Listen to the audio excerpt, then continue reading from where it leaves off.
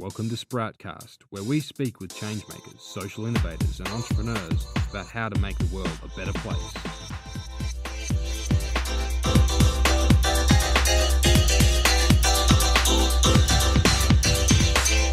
And now, here's your host, Julia Duffy. Welcome back to Sproutcast. My name is Julia Duffy and today we're speaking with Kristie Looney of Property Initiatives Real Estate. Kristie has over 15 years experience in the housing sector, including property management for the University of Melbourne, Department of Health and Human Services and Women's Property Initiatives. She is a licensed estate agent and holds a Bachelor of Social Sciences from RMIT University and a Master's in Urban Planning from the University of Melbourne. In 2010, Kristie was employed by Women's Property Initiatives, a social housing provider who develop and provide long-term, safe and affordable housing to women and children in need. In 2012, along with Women's Property Initiatives CEO Jeanette Large, Kristie undertook The Crunch, a 6-month social enterprise startup program run by social traders, which formed the first steps in creating Australia's first full-service social enterprise real estate agency, Property Initiatives Real Estate. In March 2015, Kristie took on the role of Officer in Effective Control and Business Development Manager. All profits from Property Initiatives Real Estate are used to develop affordable housing for women and their children at risk of homelessness through its partnership with Women's Property Initiatives. So it really sounds like a wonderful thing that she's been working on, and we're very happy to have her on the show today. So thank you for joining us, Kristie. My pleasure. Thank you for having me, Julia. Obviously, I'm going to want to talk to you about the journey that Property Initiatives has been on, and I guess the interesting example of a social enterprise that it is. But I first wanted to start with having a chat with you about your background or experiences in the non-profit and social enterprise sector, and what was your first introduction to the sector, and what kind of impressions has that given you that have in any way formed what you've gone on to do in your career? Well, I guess initially it kind of started on a more personal level. So I myself required some affordable housing, and I was able to get some community housing through an organisation called the Carlton Housing Cooperative, and that was a tenant-managed housing cooperative in Carlton. And in order to receive affordable housing, you volunteered your time and pretty much carried out all the management of the organisation. And I sat on that committee for about 10 years. So not only did I receive, a wonderful opportunity renting an affordable rental house in Carlton, I was also able to build my skills and I guess capacity by sitting on the committee of that cooperative. And I guess from having that experience, I then went on to further my education and was able to work part-time because I did have affordable housing that was based on my income, and it also allowed me to study part-time. So I was able to do the two and raise my son as a single mum. So having that experience for me has made me want to continue to ensure that other women also have the opportunity that I had by having somewhere kind of safe and secure and affordable to live during the years when I really needed it, which then gave me the opportunity to, gain employment that I have now. Wonderful. And then I'm sure that's given you a lot of insights into, I guess, on the ground, what's really required in that area, which I'm sure is always really beneficial. And so I guess if we return to Property Initiatives, I'm sure what a lot of people would be interested to know is where the idea for this initiative came from, how that kind of came out of Women's Property Initiatives, and what it was, what you have been hoping to achieve with the organisation. Yep, absolutely. So Jeanette Large, who's the CEO of Women's Property Initiatives and was, my boss for 5 years, had an idea. Basically, the community housing sector and social housing sector has had a real lack of government funding probably since the GFC, and when there was a bit of a kind of injection of funds into it around that time. But probably since 2011, there's been no money from, the state or federal government to provide any more affordable housing. So Women's Property Initiatives was kind of sitting there with a waiting list of over 200 plus women, which we had to close the waiting list because we didn't feel there was any point taking names on a waiting list for something, that there was kind of no growing housing stock to be able to assist them. So my Jeanette Large, the CEO, had an idea, and she was like, why can't we leverage on kind of WPI's core skills in property management and knowledge of, the real estate market in Melbourne, and use that to be able to create a business that would create a revenue stream, an ongoing revenue stream, most importantly, to WPI to be able to develop more houses to assist these women and their families who really, really need it. And it did start off as an idea in that it would be a property management service only, so real estate only. That's what we went to social traders with. We found out about social traders who hold a program called The Crunch. And we wanted to test the feasibility of this idea to see if it actually had legs. And what we wanted to do was not have to rely on government funding or, the very generous grants that come from the philanthropic sector. So to ensure, that WPI could continue to fulfill its social mission of housing provision. So an example of that is that if we could create a sustainable social enterprise business model and have the revenue flow through to WPI, and we knew that we would have this money coming in every year, we'd really be able to, plan for the future and get developments happening, on a regular cycle, and know that we'd be able to continue to house these women and children in need. Excellent. That's really fascinating. And so how long has Property Initiatives been around now? And could you tell me a little bit about the impact that it's had already on women's property initiatives? Yes. So this is the interesting part, I guess, of the experiences we've had to date, because we discovered quite early on, well, we know that building houses are expensive. And if we were looking at developing, apartments, that we'd need a significant amount of money to be able to leverage that to be able to do it. And what we discovered was that in order to get the money that we needed a full service real estate agency. So, both sales and property management. And in creating the business model and looking at our financial forecasts, what was really, really clear to us was that it was going to take a significant amount of time. Well, not significant, but in terms of kind of the not-for-profit sector that we worked in, it was quite significant. So 3 years to be able to break even before we started to generate a profit that could then be delivered back to women's property initiatives. And what we needed to do when we went out to seek investment into the social enterprise business model was make sure that first 3 years would be able, could be covered so that we could, run for the 3 years until we started to generate a profit. So what we were looking for was an initial investment of $510,000, and that would kind of allow us to purchase a small rent roll, which would build up our property management business and also cover some of our overheads for those first couple of years. Now, for the same amount, say around $510,000, we would be able to buy one property and house like one family, potentially, a large family would maybe be able to get a 4-bedroom house. But the $510,000 would provide a cumulative profit, which would enable us within 6 years of kind of operating to house up to 20 women and children. But I guess the difficulty we had was that it's a long-term picture. So, there's not going to be any social impact occurring until we've broken even and had 3 years of profit to be able to kind of carry out our first development. So as such, because we've only been operating since March this year, the impact is yet to take place.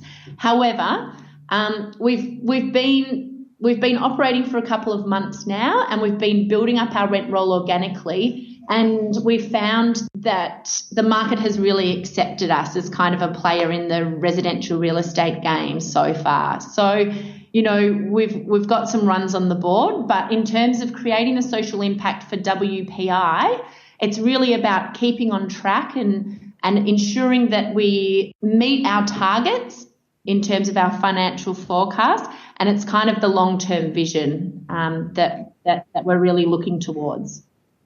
Excellent. Well, it sounds like that is providing the long-term sustainability solution that you were looking for, or on the way towards providing that for women's property initiatives. So even though it's early days, it sounds like you're heading in the right direction anyway.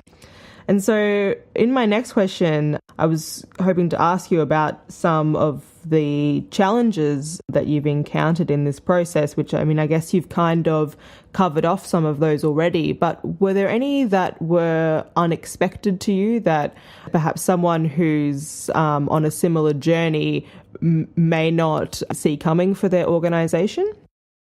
It really was, I guess, the timing and when we finished the Crunch program with Social Traders.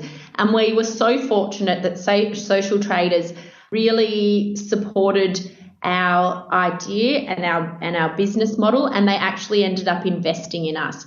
And that investment was based on co-investment, from another investor. And there was a huge delay in obtaining that co-investment that we required to be able to launch. So it was approximately 18 months, and that was a really difficult time. We continued to work on developing the business as much as we could, and we used that time really to nut out our governance structure, and we spent a lot of time with our two boards. We've got two board of directors, one for women's property initiatives and one for property initiatives real estate, and to work out, because we're set up as a trust structure, to figure out how that governance structure was going to work. So in hindsight, what we found that 18-month period to be a little bit worrying. I think, Jeanette Ludge is amazing, and she just, if one door closes, another one opens, chases every opportunity,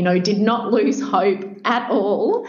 And eventually we got there, and I guess so that was challenging for me, I think, because sometimes I would question, oh my gosh, are we going to be able to convince the investors that it is a worthwhile investment? And we had the business model, and we had our financial forecasts, and we had worked so hard during the Crunch and beyond at refining those.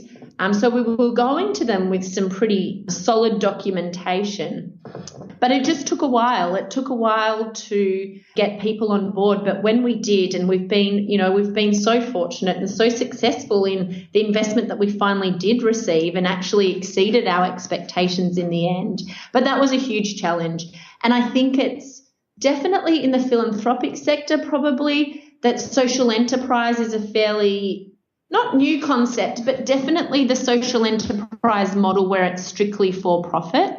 And I think for us too, because there's a delay in when the social impact's achieved. So, it was really about social impact investment and a kind of really patient loan terms, which the sector hadn't really done a lot of to date. And looking back on this process, is there anything you think that you would have done differently now, or are there any lessons that you've taken from the process that you would want to improve upon for kind of future initiatives?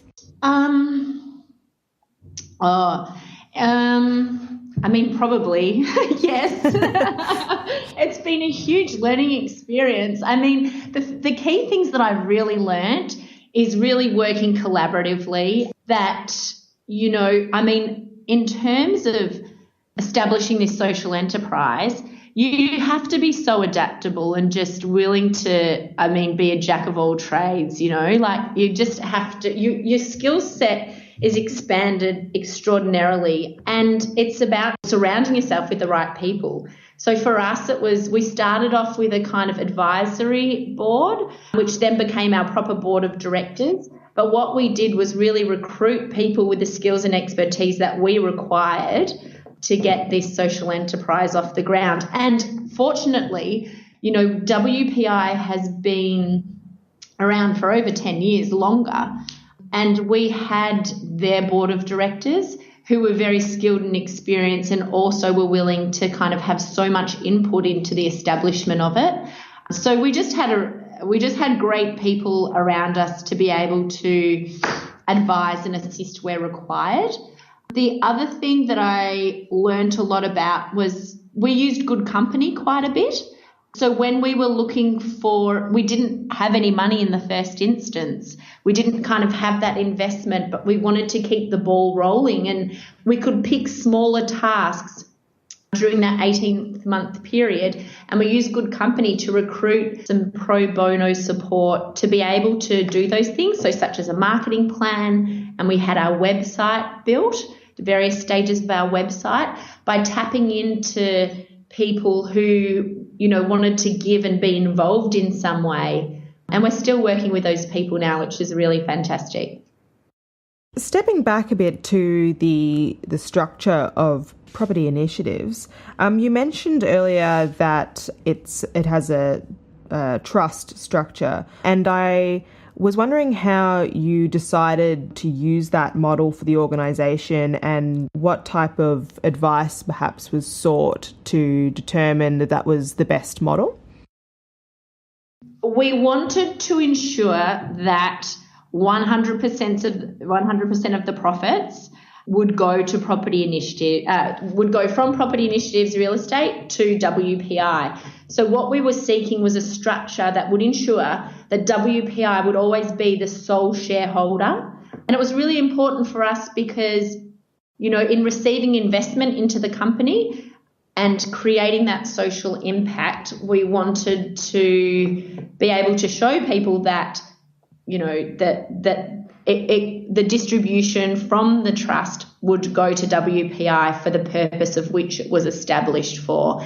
And, we established the real estate agency purely to to fund the provision of housing for those in need. So that is our core aim in running the real estate agency. And the trust structure, when we kind of explored it, was a way of being able to ensure that we could achieve that. So that did lead us to, a few problems when we were looking for investment, because there was no opportunity of having equity in the business. So when we were looking for investment, it was purely that people were impact investing, and yes, they may get their money, they would get their money back, and if it was a loan structure, they would get it back, and plus some interest. But generally speaking, it was about the impact that by either granting the money or loaning the money was going to create.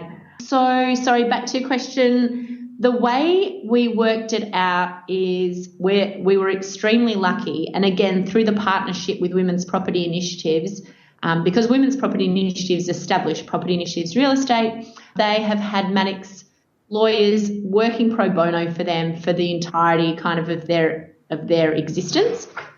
And so we worked very closely with a lawyer from Maddox, and also with our treasurer, the treasurer of WPI, who has vast experience in establishing trusts in kind of her own working capacity. So between the two women, and it did take some time, but yeah, that's how we kind of got to the structure. So it was definitely pro bono, a lot of pro bono work by Maddox lawyers. And I mean, I don't know if we would have had to have paid for that advice if we could have afforded it. So in the sense that it was Women's Property Initiatives who established Property Initiatives Real Estate, we were very fortunate because they already had so many of those relationships in existence.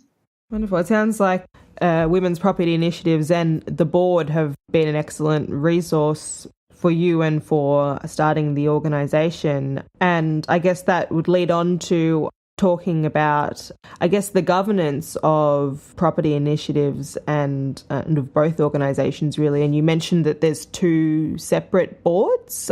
Could you tell me a bit about how that works, just perhaps from the perspective of a listener who might not know very much about governance and about perhaps what type of requirements there are for social enterprises? Yes, so we have the Women's Property Initiatives Board, which obviously already existed, and they were huge supporters of the social enterprise and did so much work, in the lead up before the Property Initiatives Board was established. So as I mentioned before, we decided to go with a trust structure, and the trust structure was put in place particularly to kind of eliminate a lot of the risks. So in the way that it's been set up, Women's Property Initiatives actually appoint the Property Initiatives Real Estate Board of Directors. And in this way, they can kind of make sure they kind of have the overarching say of things, I guess. The role of the Property Initiatives Real Estate Board is really the operational stuff of the business. And so we needed really specific kind of industry and commercial skills really related to the real estate agency and sales and property management.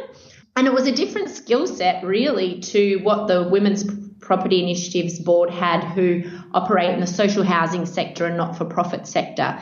So we developed the roles and kind of almost like a description of each of the roles and what we were looking for. And then we really recruited that to the Property Initiatives Board of Directors. On the Property Initiatives Board of Directors, we have two common directors.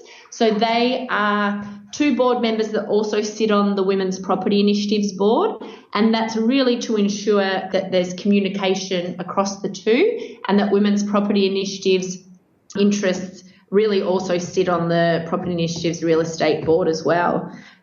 Women's Property Initiatives kind of stay out of it mostly. We report to them.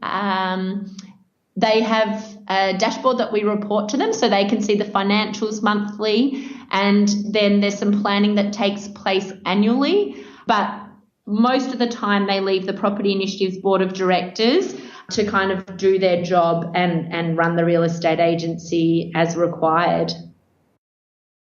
For my next question, I thought I'd touch on the issue of, I guess, communicating your organisation's vision and mission. So I wanted to understand from you kind of how it is that your organisation kind of communicates its purpose and maybe the impact that has on building relationships within the sector you operate in.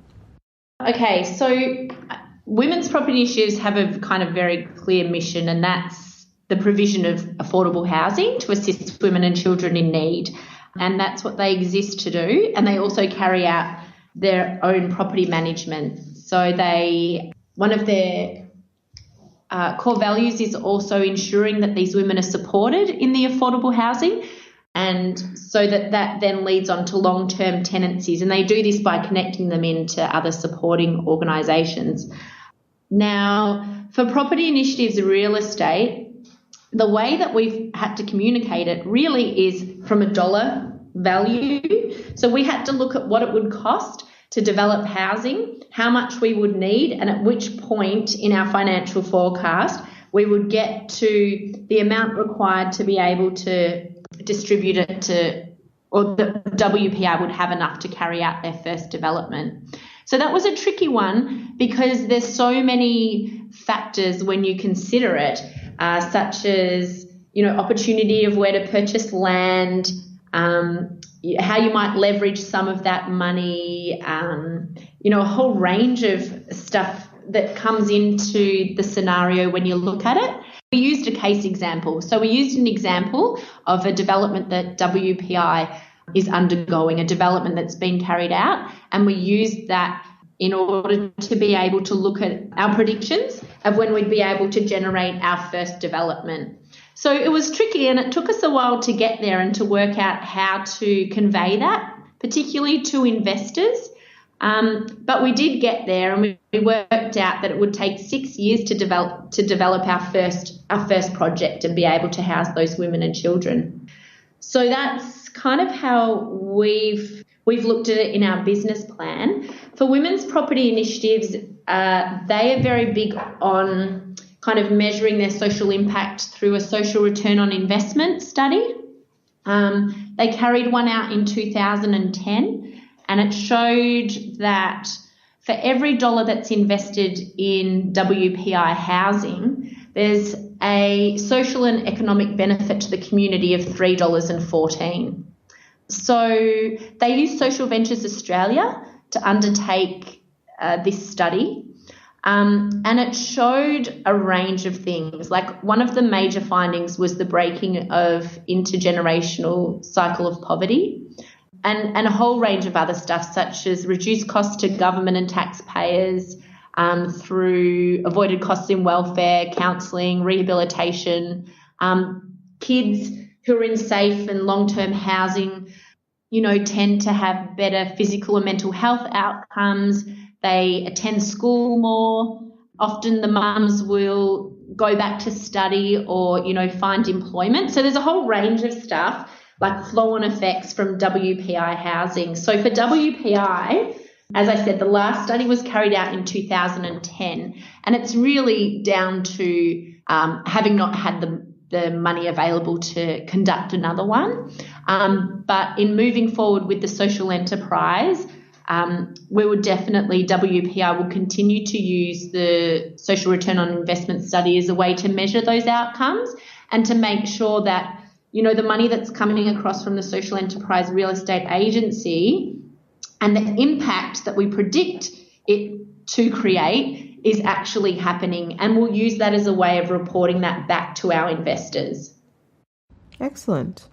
So I want to just step back to a slightly more abstract perspective of, I guess, the idea of starting up a new initiative or starting an organisation, and ask you about your processes in transitioning a great idea into action. And so I guess in the case of property initiatives, it's something that your colleague had this excellent idea, but you were really involved in the process of bringing it to life. Did you have any advice to people who are trying to negotiate that process about how you make that work? I would say try and get into, one of the programs that are on offer. So for us, it was Social Traders in the Crunch, but there's a whole, there's quite a few out there. If you can get into that type of program, it really, really, really is so effective in getting that idea, testing its feasibility, carrying out the market research, seeing if it has legs out in the market. I mean, one of the key things I learnt was we kept coming back to this thing like, what's your point of difference? How are you going to be different to other real estate agencies out there in the market? And the social impact aspect isn't enough, and we were very lucky. We had mentors from the corporate sector. We had 3, in fact, and they work in a very different world to the not-for-profit sector. So it was so beneficial to have, these minds involved in the program to keep challenging us on the idea and asking all those difficult questions. And what we got out of it was your idea has to be flexible. If you can adapt and be flexible, like take that idea, but then go through a program and really, really, test it, and you'll come out the other end and it'll probably be quite different to what you initially thought it was going to be. I mean, that's the best advice that I think I can give. We probably did... I've done so many financial forecasts. It's insane. Like, every time something changes, we've had to kind of remodel it to some extent.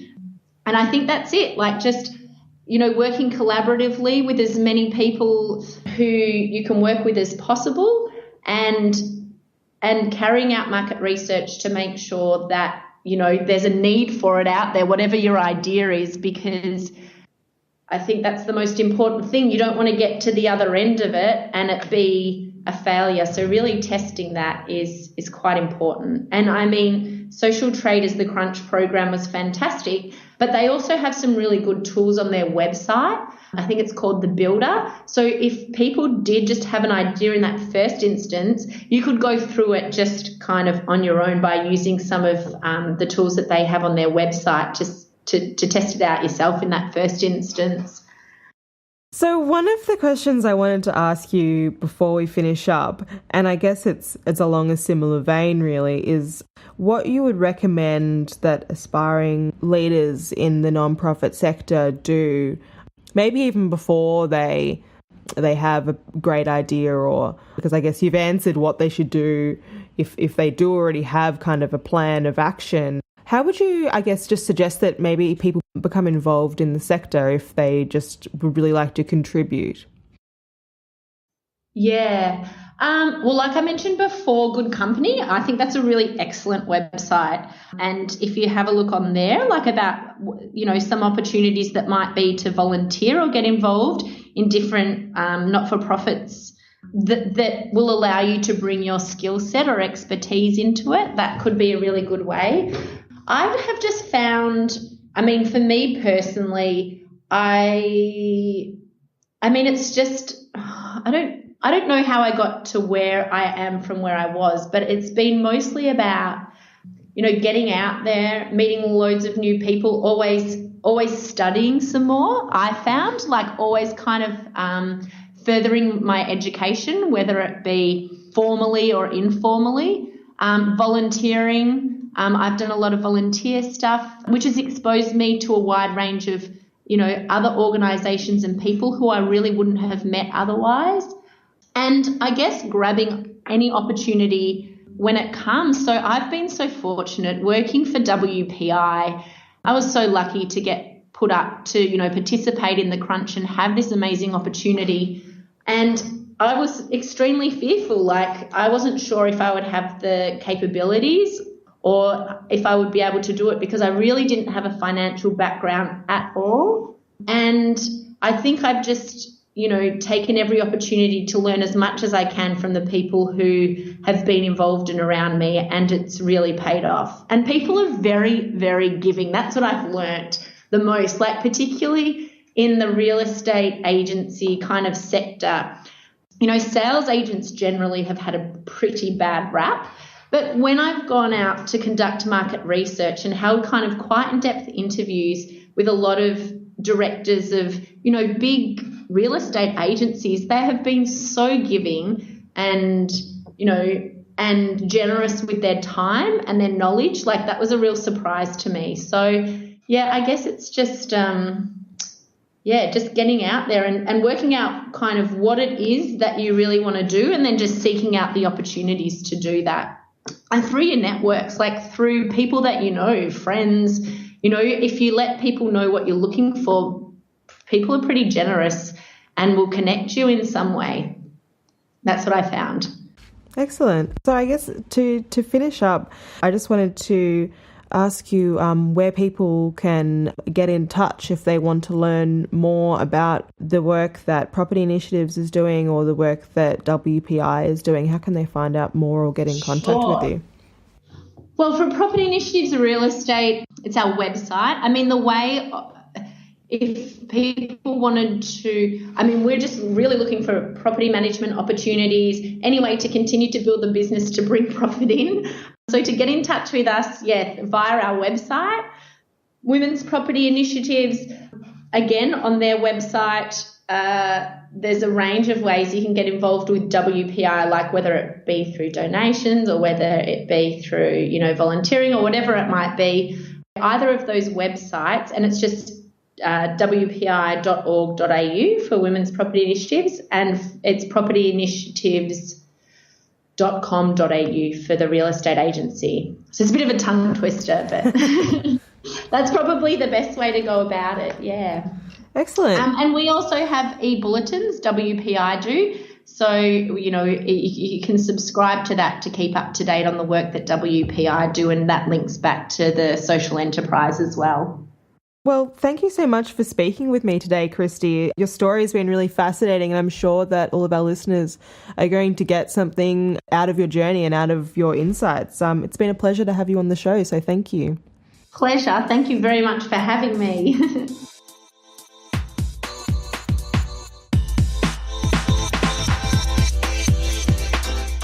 Did you enjoy this episode of Sproutcast?